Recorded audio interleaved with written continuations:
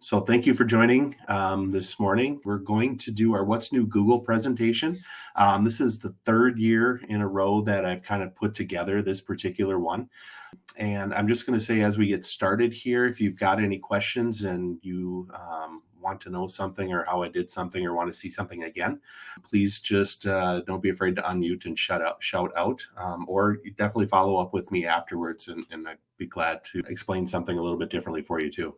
So let's just jump right in here because I've got lots of slides here and things that I'd like to cover here. So let's begin with Google Slides. One of the things that Google Slides came out with the ability to be able to do this year is to insert diagram or diagram templates directly into your presentation, which is kind of neat. It's pretty simple to do. You go up to the Insert menu, then you find where it says Diagram, and then you choose the style of diagram that you would like to have, and it's going to put one on there. Here's one that I have, for example. I thought, okay, this one was this cycle that you see made me think of 4 steps of a piston firing in an engine. You got the intake, the combustion, the power, and the exhaust, and they kind of just keep going over and over and over again, right? And so when you insert this particular one, it comes in with the Latin text, which you can jump in and you can click on it anywhere in there and you can retype anything you want in those particular text boxes. You can also click on any part of the image here too, and if you wanted to change the color of any part of it, you can definitely do that as well.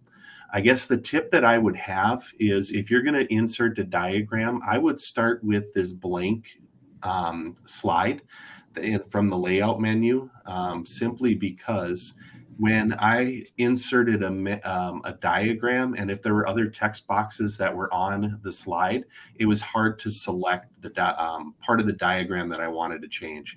But for example, here you could see if I did timeline, I could choose from lots of different timelines and drop them in, and again, be able to edit any of those.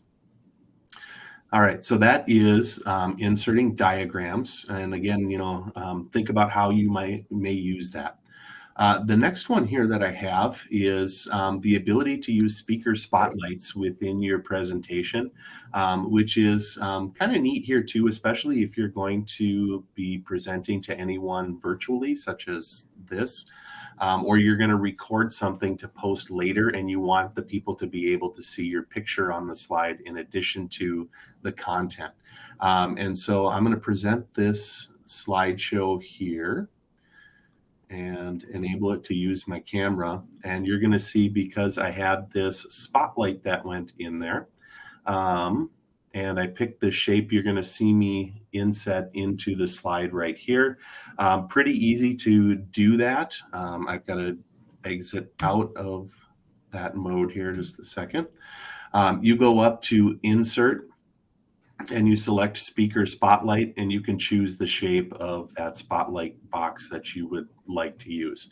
It only works if you are in the presentation mode of Google Slides. So like you see me here, I'm in that edit mode.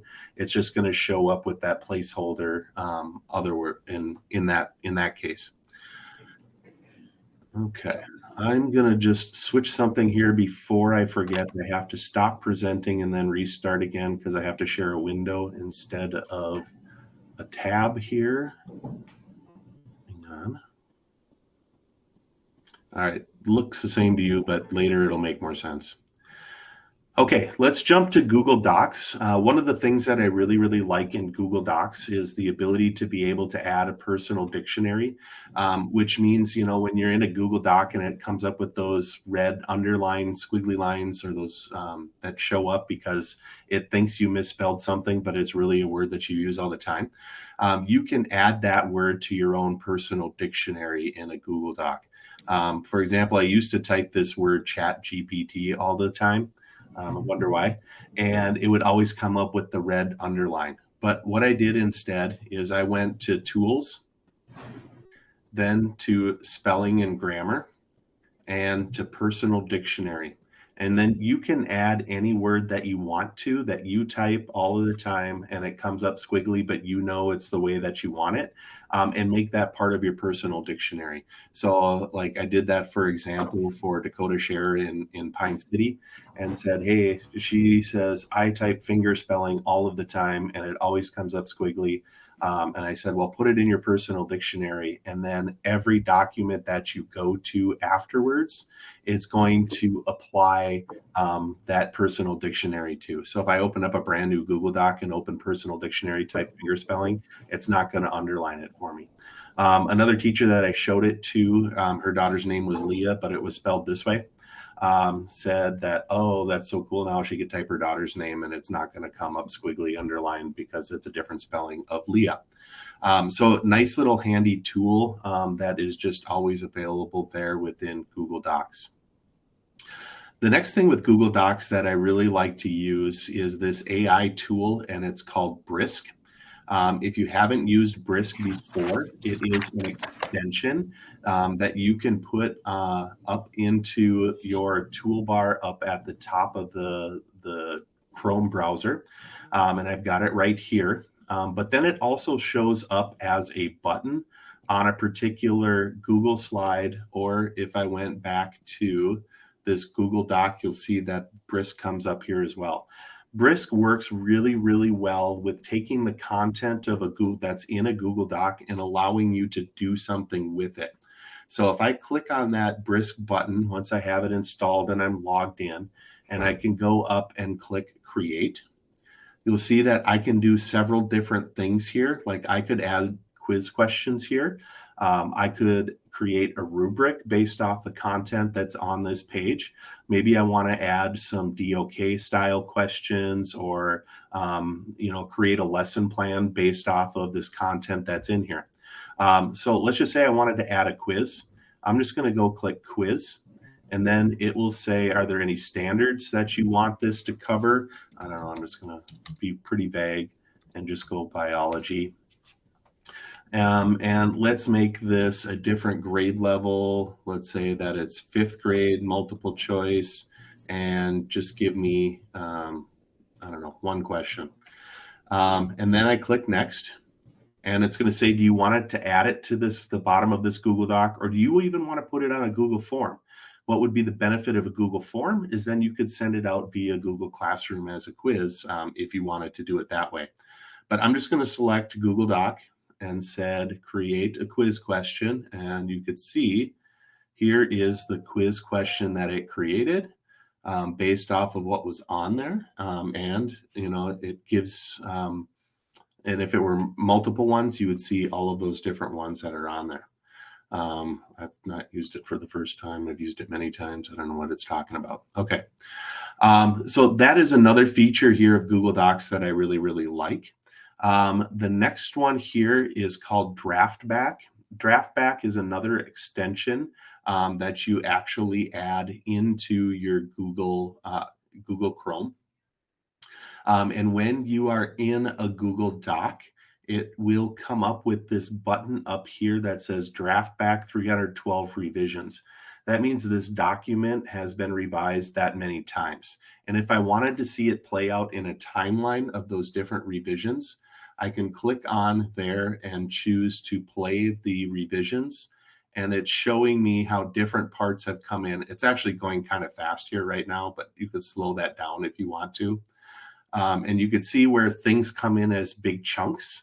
That means it's coming in as a copy and paste. Now, I'm not going to say that that means that if student is pasting something into their document that they're cheating. Maybe they're bringing in a quote that they just don't want to mess up as they're typing it. But if it comes in letter by letter, as you're kind of seeing, that means that the student is typing it. Now, I caution you when using these AI detectors to think about whether or not it's appropriate to use at that time to accuse a student of plagiarizing. It's probably better off it's definitely better off just saying, hey, can you show me where you used AI or where you got this section of your document from, and have a conversation that way rather than just accusing them of outright plagiarism. All right. Next is Google Sheets. Google Sheets used to just absolutely scare me. I hated spreadsheets, but I've really grown to kind of appreciate them much, much more. One of the things, this isn't necessarily new, but I find it's a helpful feature, is to change the text rotation in cells. So for example, if I go to one here and I'm going to go and I'm going to insert a column to the left here. Okay. And I'm going to then take this group of cells, which all happen to be true, and I'm going to merge them first off. So I'm going to go up to Format, select Merge, and then it's going to merge all of that selection. So now that I've got this new box of all of those combined, I can type in the text in this box, right? And it's going to do that thing where it kind of gets cut off because of the width of the column. But if I select this box here and I go up into, let's see, Format, and then choose the rotation, I can change how that text is going to appear, and I can change it to rotate up. So now it's in this box. I can read it. I don't need the column to be that wide anymore. I can even do things like center it, and I can even change the alignment of it to center. I can even change the color of that field if I want to, which just makes that chunk of your document stand out that much more. And it's pretty simple to be able to do that. When I was coaching and I was kind of working on creating like lifting plans for my athletes, that was a great thing to be able to do. Next one here is a very new thing. It is grouping and filtering views. That right there, on a spreadsheet. So this is really kind of a neat feature here. So I'm going to go back to this document that I have right here. And there is this button over here, and it's called Filter View. You can also get to that same place by going to Format and choosing Convert to Table. And when I choose to, it's because I have these merge cells. I'm just going to unmerge these here really quick just to show this thing. Now, if I go back to Format, Convert to Table, it changes the style and the look and the feel of the document to be more accessible. And what I really like with this is if I go through here and I click this button for views, I can filter this group by any column in my spreadsheet. So if I group it by this false column, you can see it puts all of the falses together, and then it creates a whole separate group here for all of the trues. Another example here, I like to kind of organize things that I'm working on and things that I want to go back and check out when I have more time. And so I call it my things to check out list. And then it's based upon what that task is, whether I've done it or not, where it came from, there's a link, and if there's a category. So again, I could do the same thing here now that it's set up as this table view. And I can choose to, because I've created this one already, group it by the tech category. And you can see that it separates out any of the AI things from the digital citizenship, from the Googles to the tech tools and apps, and all the way through. So just kind of a nice feature to be able to better organize and view the data that you have within your spreadsheet. Okay. And finally here, one of these that I really like fell in love with using Sheets even more is when I found that I could use AI to help write formulas for me. There's even a Google Sheets formula helper that within ChatGPT that if you go to and ask it for a formula, it will create it and do it for you. Like for example, here I had this cell where I had last name and first name in the same cell, but I wanted to separate them out. I asked ChatGPT to write me a formula for Google Sheets to be able to do that. And as you could see, it gave me two different steps. I copied the code and pasted it into the box and then copied it down, and it separated these names out. So maybe there's some math formula that you want to be able to use, but you're not exactly sure how to structure it. Hey, ask ChatGPT to help create that for you. And it makes those tools even much more powerful. Next is Google Classroom. Google Classroom, actually, Google came out with just a ton of new updates to Google Classroom since last spring. You may have seen some of those roll out before the school year ended, but I'm just going to highlight a couple of those anyway. One of them is this resources section within Google Classroom that you used to be able to have your practice sets as well as your interactive video questions for YouTube. And now it's kind of all grouped together in the same resources part when you go and open up Google Classroom. Just do that here really quick. I don't have a whole lot of Google Classroom groups because I don't have a whole lot of students. But once you're in here into this class, you can see this resources section, and you can see where you can add new practice sets or new videos and all of the other ones that you had in here from before. You can reference really easily and then be able to send out to your different classes that you have. Next within here is the ability to create student groups. So if you have groups within your class that you send out maybe different leveled readings to, you can create that group ahead of time. And then you can select that group, and it's then once you select that group, it selects all the students within that group to send out that material or that assignment to. The group name itself is not visible to the students. So there is still kind of that level of privacy there for them, that you're not saying, hey, this is the low level, this is the high level, and students then don't feel bad based upon the level that they're part of. The one thing that I will say is that your district does need to have either the Education Plus or the Teaching and Learning Upgrade to basically it means your district is paying for Google rather than just using the free. And I'm apologizing ahead of time if that's not going to work for you because you're just on the free version.